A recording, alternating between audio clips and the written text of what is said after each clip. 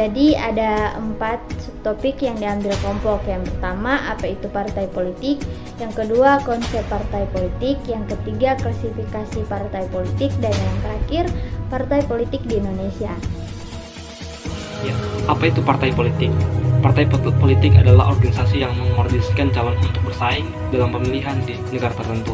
Maria Murdarjo dalam bukunya Dasar-Dasar Ilmu Politik 29 mengartikan partai politik sebagai suatu kelompok terorganisasi yang anggota-anggotanya memiliki organisasi, nilai-nilai, dan cita-cita yang sama. Kedua, tujuan partai politik.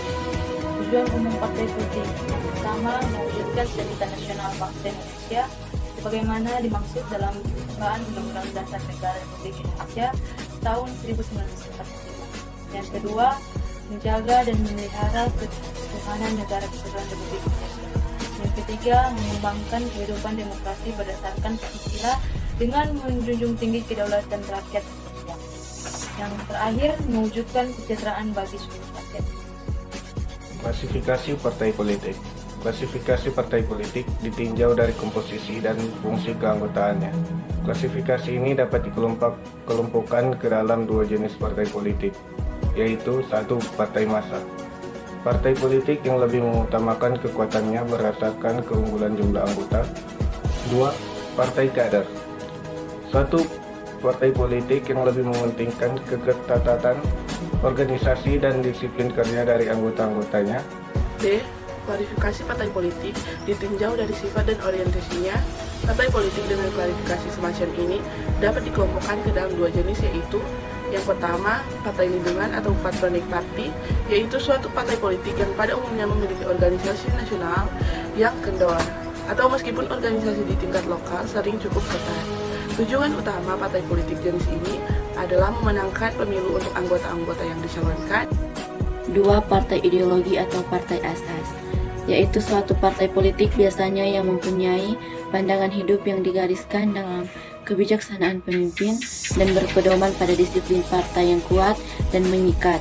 Berdasarkan 2 klasifikasi partai politik tersebut, maka saat partai-partai politik itu melakukan koalisi, maka langkah yang paling mudah dan relatif berkemungkinan berhasil untuk ditempuh adalah dengan melakukan koalisi dengan partai politik yang berjenis sama seperti partai massa dengan partai massa atau partai lindungan dengan partai lindungan. Yang kedua, sistem tripartai. Diartikan bahwa ada 2 partai di antara beberapa partai yang berhasil memenangkan 2 tempat teratas dalam pemilihan umum secara bergiliran, dan dengan demikian mempunyai kedudukan dominan. Di masa ini, hanya beberapa negara yang memiliki ciri-ciri sistem tripartai, yaitu negara Inggris, Amerika Serikat, Filipina, Kanada, dan Selandia Baru. Oleh Maurice de Verger, malahan dikatakan bahwa sistem ini adalah khas Anglo-Saxon. Sistem multipartai.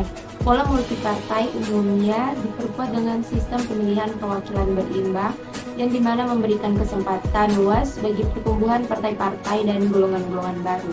Melalui sistem perwakilan berimbang, partai-partai kecil dapat menarik keuntungan dari ketentuan bahwa kelebihan suara yang diperolehnya di suatu daerah pemilihan dapat ditarik ke daerah pemilihan lain untuk menggenapkan jumlah suara yang diperlukan guna memenangkan satu kursi.